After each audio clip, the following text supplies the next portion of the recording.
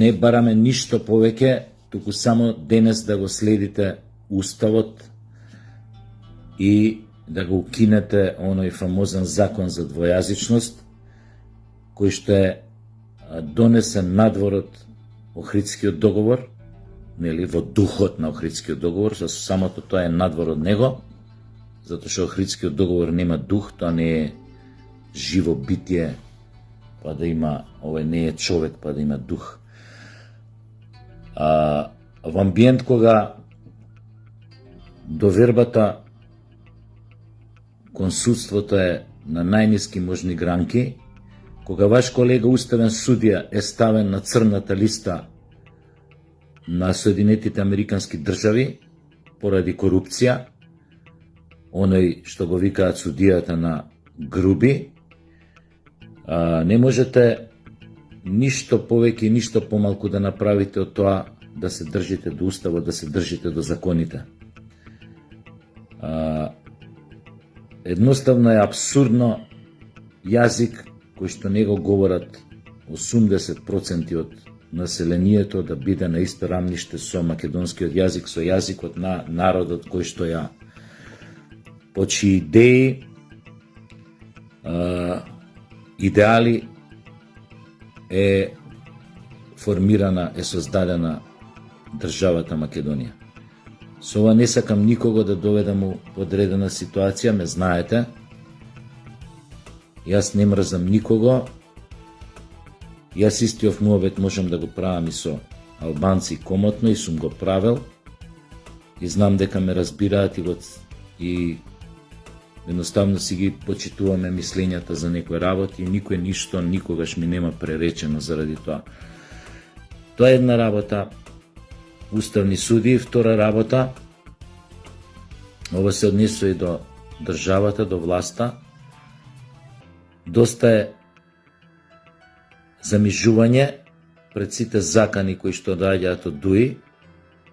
за отворање на фронт, за нова војна, демек они сега се чувствуваат навредено, јазикот бил нивни идентитет, никој не ви го оспорува јазикот, за разлика од она што вие нас ни го оспорувавте јазикот, затоа што со години шурувавте со бугарите да се врши притисок да го смениме идентитетот, шурувавте во она промена на името. Значи за вас е окей кога менувате туѓ идентитет, кога не признавате како прокси сојузници на бугарите туѓ јазик, името на државата во која живеевте, а веќе не живеете, затоа што сега ова е Северна Македонија. Но не е во ред ако некој дури и се дрзне да направи нешто во поглед на вашиот јазик кој што претходно го донел некој друг, а кое што е неуставно. Значи нема ништо да изгубите, баталете ги реториките на ДУИ, дека е тоа враќање на 2001, ги имате сите права овде, добивте и многу повеќе права како малцинство, отколку што би добили у било која друга држава во светот. Имате овие ваши универзитети, ваши училишта, институциите, министерствата, имате многу поголем процент на кадри отколку е што тоа ставено во Охридскиот договор. И тоа да, беше голема заслуга на ДУИ, но и понатаму да се оди во јавно со војна реторика, со закани, со потикнување на омраза меѓунационална, со сугерирање на некои сценарија кои што би довеле до војна, дека сега ако Уставниот суд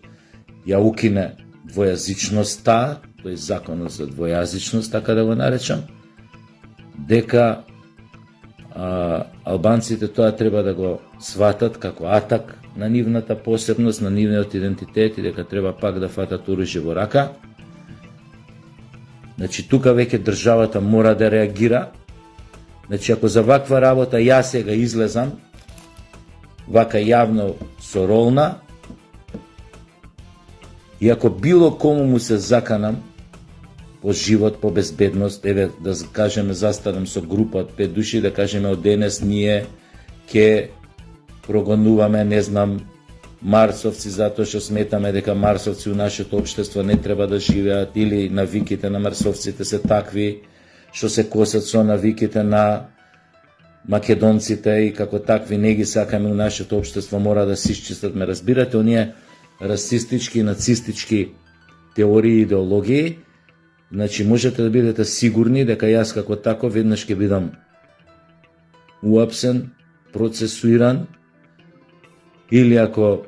само зборам вака сам на Фейсбук, ќе ми биде одма бапната тужба за ширење, поттикнување на верска, национална омраза, на не знам што, говор на омраза, 300 чуда. Така што не знам зашто воопшто чекате и зашто воопшто не се реагира, државата не реагира на овие закани што доаѓаат од ДУИ. И уште една работа, значи кога доаѓа до ваков момент каде што државата треба да покаже карактер, треба да покаже сила, треба да покаже дека е доволно моќна и самоодржлива,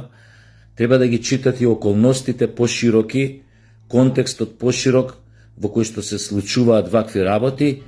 и треба да бидете свесни дека заканите на ДУИ за војна се млатење празна слама. Зошто? Затоа што ова веќе не е 2001 година, ова не е контекстот и амбиентот во Европа што беше во 2001 година и особено на Балканот. ДУИ беше инсталат во Македонија, знаеме чии, од странство, формиран од странски лобија разни, да не кажуваме повеќе на таа тема, се знае кои се и што се. И тие лобија во овој контекст се наоѓаат, како да ви кажам, под на некој начин се постојано од некој мониторинг, не би рекол мониторинг, но ајде да кажеме се под будното око на европските институции, затоа што тие нивните пари доаѓаат од тамо од каде што доаѓаат и ги перат или рефинансираат тамо кај што ги рефинансираат, и они се сега свесни во Европа дека било каква нивна нова ангажираност за некое потпалување војна на Балканот, самите тие структури ќе се доведат во ситуација да бидат прогонувани во земјите каде што се ситуирани. Тоа е една работа. Втора работа, ситуацијата во Европа и на Балканот е таква да отварање на ново воено жариште сега, во овој момент, е неприфатливо ниту за американците, ниту за овие од Европската Унија, затоа што такво отварање на воено жариште во Македонија, во земја која што е членка на НАТО, која што е нормално, тоа е незин внатрешен проблем би била таа војна, но таа војна нема да може да се одржи од долго време како внатрешен проблем, демек албанците во Македонија се кренале на војна затоа што некој уставен суд им укинал некои права, и овој не им укинал права, но еве да кажеме укинал овој законот за двојазичност, од проста причина што таа војна многу брзо би прераснала во она во што прерасна во 2001, а тоа е агресија од странска земја, која што не е членка на НАТО, а таа земја има огромни проблеми со незиното признавање во светот, има огромни проблеми со еден свој сосед, така што таква војна во Македонија би довела лесно до ширење на конфликтот пошироко на Балканот, а тоа секако му иде во прилог на Путин, а тоа секако не им оди во прилог, ако веќе му иде во прилог на Путин и на Русија, тоа секако не им оди во прилог на Америка и на Европската Унија, затоа што во тој случај може да стане голема калакурница. Знаеме дека Србија у последниве 10-15 години страотно се вооружуваше, даваше многу пари за вооружување и за францускиви авиони Рафал, како се вика, од најнова генерација, и за антиракетни системи од Кина и така натаму, а познати се и нивните добри конекции со Путиновата Русија, што значи една таква работа на Балканот би било последната шајка што може Европската унија и Америка да си ја заковаат на сопствениот ковчег. Така што тие приказни на Дуи, читајте ги како празни закани, но дури и да не се празни закани, дури на вистина да имаат идеја да направат конфликт тука вооружен,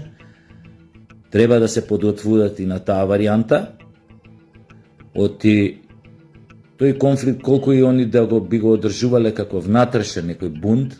како што беше случајот некое време, до некое време и во 2001 година, вие од безбедносните структури на Македонија треба да бидете спремни на таква сценарио,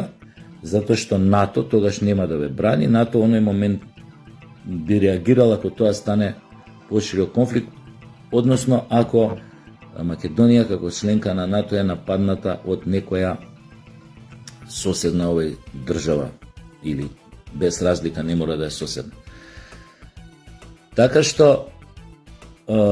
мора да се подготвиме на сите можни сценарија, иако сметам дека треба веќе да сте ги прочитале. Не велам дека се Дуи умрена работа, далеку од тоа, но искористете го моментот дека по нив, некои поголеми од нив играчи,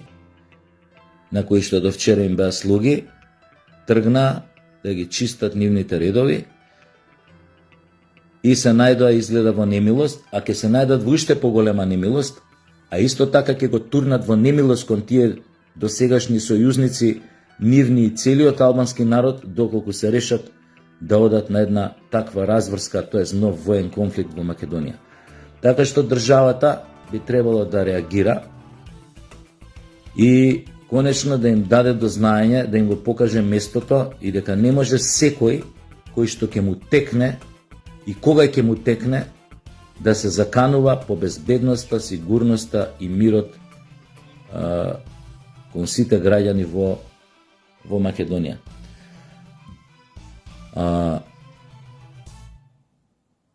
Јас мислам, верувам дека Уставниот суд ќе донесе правилна одлука, без разлика што вие му дрема тамо од Дуи, му спија тамо пред куќен прак, дека ќе донесат правилна одлука и дека со тоа ќе биде пратена силна порака не само до сите граѓани во Македонија, туку и пошироко до нашите пријатели, соседи, сојузници, како сакате кажете ги, до сите земји, дека оваа држава полека сака да ги преземе конците во своји раце, да покаже дека може да биде самоодржлива, може да биде суверена, може да носи одлуки со кои што ќе си ги заштити своите национални и државни интереси. И дека нема да дозволи никакви инсталати, особено кои што произлегле од една терористичка, кои што имаат една терористичка провиненција, да бидат тие и понатака кои што ќе ја кројат политиката во Македонија и кои што ќе си играат со судбините на многу луѓе. Благодарам и имајте убав ден.